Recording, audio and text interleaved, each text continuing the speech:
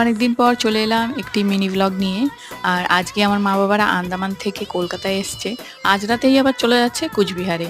তাই এখানে দুপুরে খাওয়া দাওয়ার ব্যবস্থা করেছিলাম, কিন্তু আর দুপুরে এসে পৌঁছতে পারিনি। সেই পৌঁছতে পৌঁছতে বিকেল 4:45 হয়ে গেছে। সেই আবার এখন দুপুরে আর কি খাবে, তার জন্য বললো ঠিক আছে যাওয়ার আগেই খেয়ে যাব।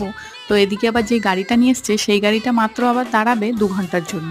যেহেতু আমাদের আন্দামানে এখন গরমের ছুটি পড়ে গেছে, পুরো 2 মাসের ছুটি, তার জন্য তো আমাদেরও এখানে আসা। আর তার সাথে সাথে এখানে কিন্তু অনেকেই এসছে। এই যে আমার মা বাবার এসছে, মা বাবারা তো যাচ্ছে কুচবিহারে, আবার আমার মামারাও এসছে। একটু আগে যে দেখলেন আমার মামা এলো, আমার মামাও আন্দামান থেকে এখানে কাজেই এসছে।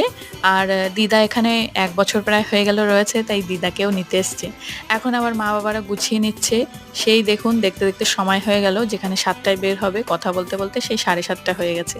তাই সবাই এখন গুছিয়ে রওনা দিচ্ছে শিয়ালদা স্টেশনের দিকে। রাত 11টা 20-তে মাওদের ট্রেন রয়েছে।